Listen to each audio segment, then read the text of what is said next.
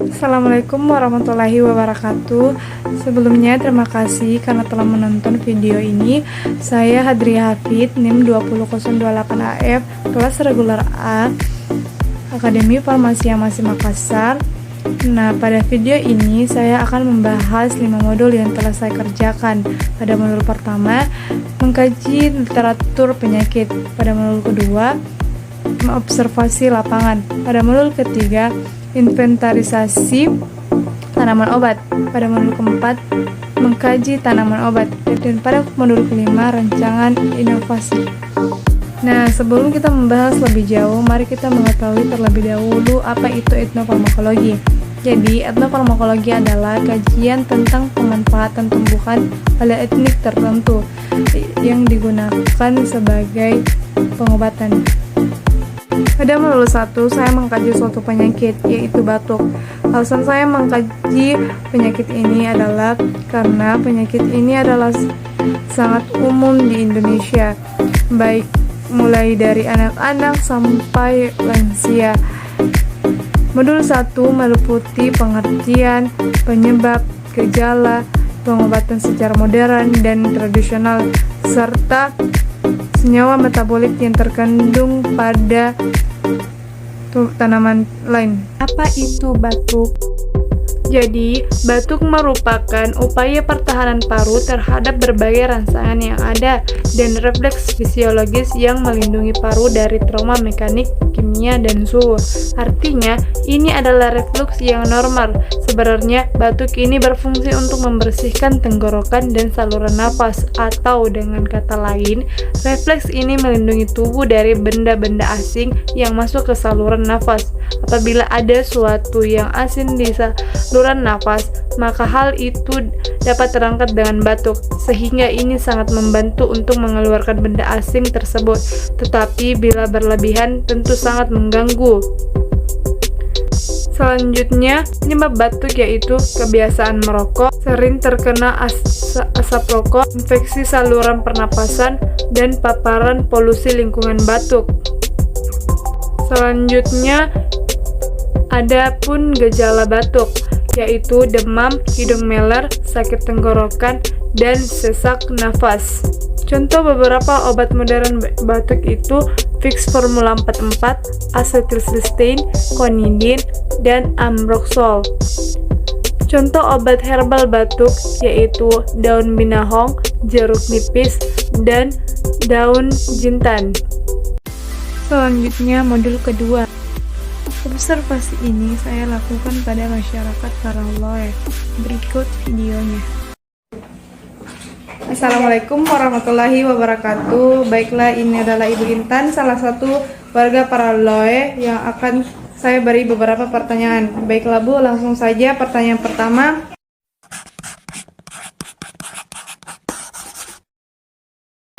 Iya, biasa.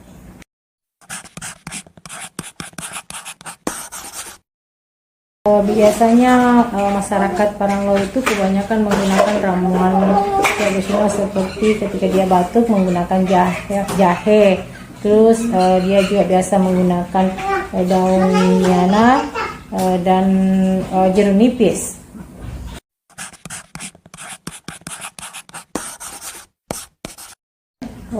Kalau mengenai tabib, ketika dia sakit dia kebanyakan menggunakan obat tradisional.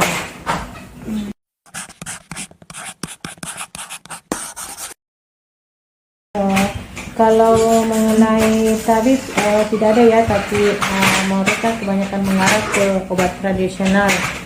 Apalagi saat sekarang ketika keadaan banyak dikatakan penyakit namanya corona, mereka malas berobat dan dia banyak menggunakan obat tradisional.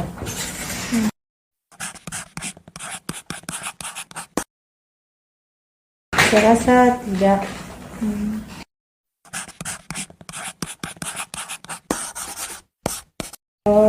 Dia lebih percaya ke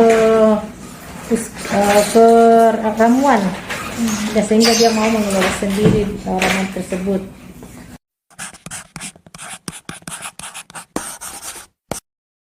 Apakah ada layanan kefarmasian atau apotek yang ada di masyarakat baik itu sendiri ataupun secara umum?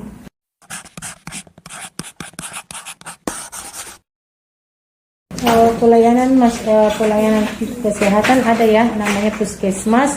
Tapi semenjak ada corona, kebanyakan masyarakat Paranglowi itu tidak mau lagi ke puskesmas karena takutnya dikira dia sakit corona. Jadi kebanyakan mereka langsung menggunakan obat ramuan tradisional. Intinya dia menghindari yang namanya dikatakan penyakit corona. Jadi dia banyak menggunakan obat-obat ramuan, seperti kalau penyakit ringan kan seperti flu, batuk, demam, itu banyak. Kalau masyarakat di sana sudah mengalami seperti itu, biasanya dia di sana dikatakan corona, makanya dia tidak mau lagi ke puskesmas, tidak mau lagi ke tempat pelayanan kesehatan. Dia lebih mau mencari ramuan-ramuan tradisional yang dengan itu bisa juga menyembuhkan, dan dia di sana sudah yakin dan percaya dengan ramuan tersebut itu bisa menyembuhkan karena mereka sudah membuktikan ramuan tersebut. Seperti jahe, terus jeruk nipis dia campur dengan air kecap, itu tidak lama kemudian dan tidak panjang pengobatannya dia langsung sembuh. Terus yang kedua, apabila batuk berdahak, dia menggunakan daun minyana, dia rebus, dia minumnya, alhamdulillah sembuh juga. Pada modul ketiga, saya telah melakukan pendataan terhadap responden saya tentang bagaimana cara mengelola ramuan obat herbal yang dipercaya untuk mengobati penyakitnya. Dan berikut cara mengelola obat herbal. Pada responden pertama, ia menggunakan daun miana. Cara penggunaannya yaitu dicuci 10 helai daun miana, kemudian direbus ke dalam dengan air biasa. Setelah mendidih, daun miana dimasukkan ke dalam gelas, lalu ditunggu sampai hangat, kemudian diminum. Selanjutnya ada jahe. Disiapkan teh hangat, kemudian jahe dipotong-potong, kemudian setelah itu masukkan ke dalam teh tersebut. Selanjutnya, modul keempat, yaitu kandungan dalam tanaman obat. Pada daun miana mengandung metabolit sekunder, flavonoid, steroid, tanin, dan saponin. Kemudian ada jahe, mengandung minyak atsiri dengan senyawa aktif seperti singiber, camphor, lemonin, dan lain-lain. Selanjutnya modul kelima, rancangan inovasi. Saya akan membuat rancangan inovasi, yaitu pembuatan kemasan bubuk jahe atau Singiberis rhizoma sebagai pengobatan gejala